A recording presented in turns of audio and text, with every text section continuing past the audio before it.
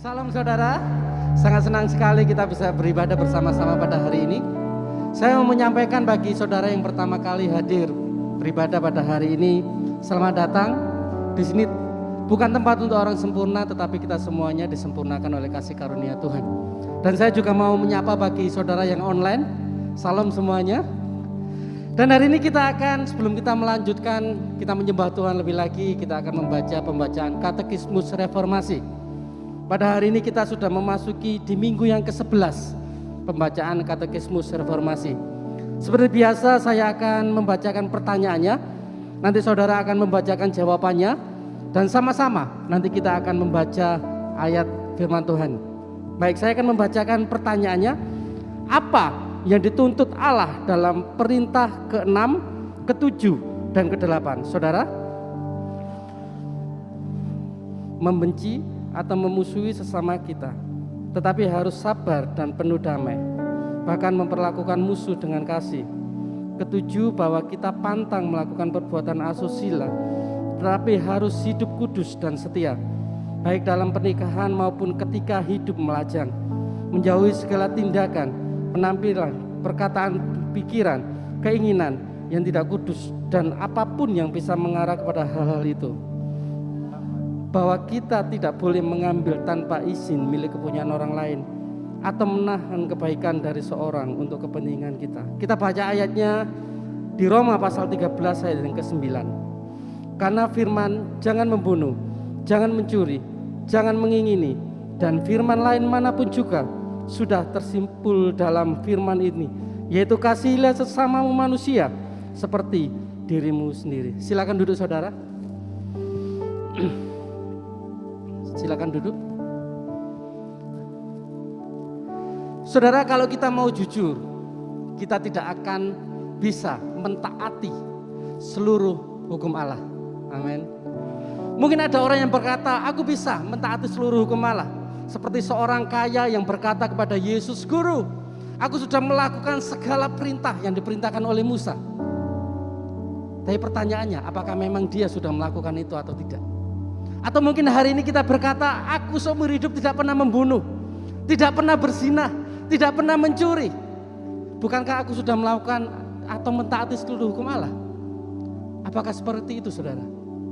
Kalau kita selidiki lagi kebenaran firman Tuhan, Yesus pernah berkata kepada pendengarnya pada waktu dia berkhotbah di atas bukit.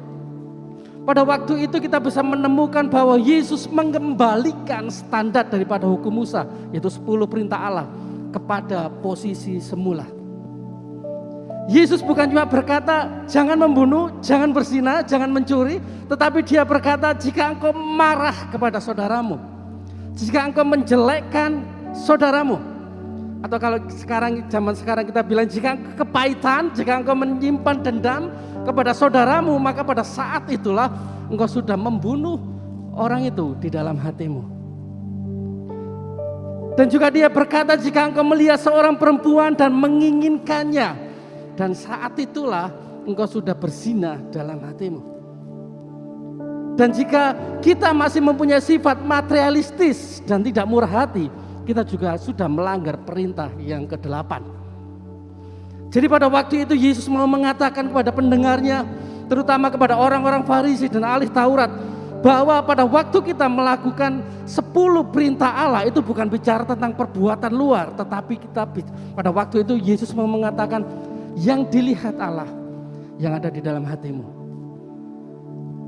Martin Luther pernah berkata, setiap perintah negatif yang ada dalam 10 perintah Allah itu mengandung implikasi positif. Artinya apa? Jika kita diperintahkan jangan membunuh, maka kita juga diperintahkan untuk mengasihi sesama kita, untuk mencintai saudara kita, bahkan musuh kita. Dan jika kita diperintahkan untuk jangan berzina, maka kita juga diperintahkan harus mengasihi pasangan kita, suami kita, istri kita, yang mungkin cuma satu rumah dalam hidup kita. Dan jika kita diperintahkan jangan mencuri, tetapi kalau kita tidak mempunyai hati yang murah hati, maka kita juga sudah melanggar perintah yang ke-8. Saudara, dengan kekuatan kita tidak akan pernah mampu mentaati sepenuhnya, secara sempurna seluruh hukum ini. Tetapi puji Tuhan, Allah yang kita sembah, Yesus Kristus, Juru Selamat kita, Sang Firman yang berinkarnasi menjadi manusia, Dia telah melakukan semuanya tuntutan hukum itu dengan sempurna untuk kita semuanya. Jadi saat kita percaya, saat kita ada di dalam Yesus, maka ketaatan dan kebenaran Kristus itu ada di dalam kita. Jadi pada waktu kita tidak bisa atau tidak sempurna melakukan ini, kita tidak mempunyai rasa takut untuk ditolak oleh Allah. Kenapa? Karena Yesus ada di dalam kita. Karena Yesus telah menyelesaikan seluruh tuntutan hukum itu dengan sempurna.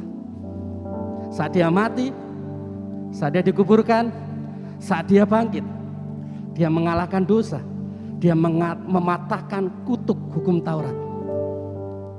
Jadi pada hari ini, mari kita mau merenungkan ini. Saya undang kita semua bangkit berdiri.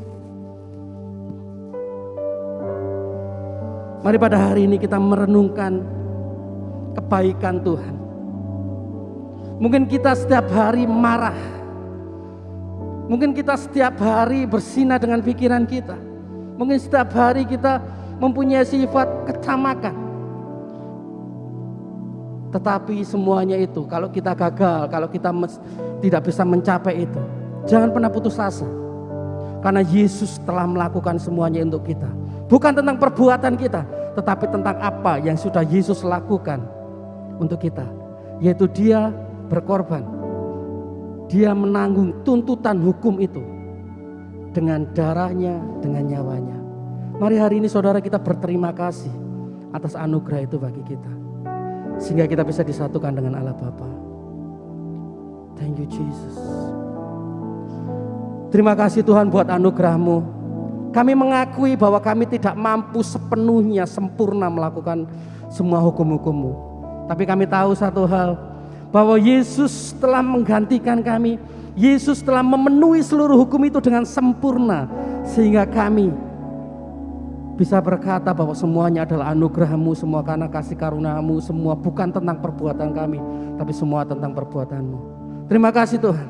Di dalam nama Bapa, Putra, dan Roh Kudus, Allah Tritunggal yang Esa, kami bersyukur dan kami berdoa.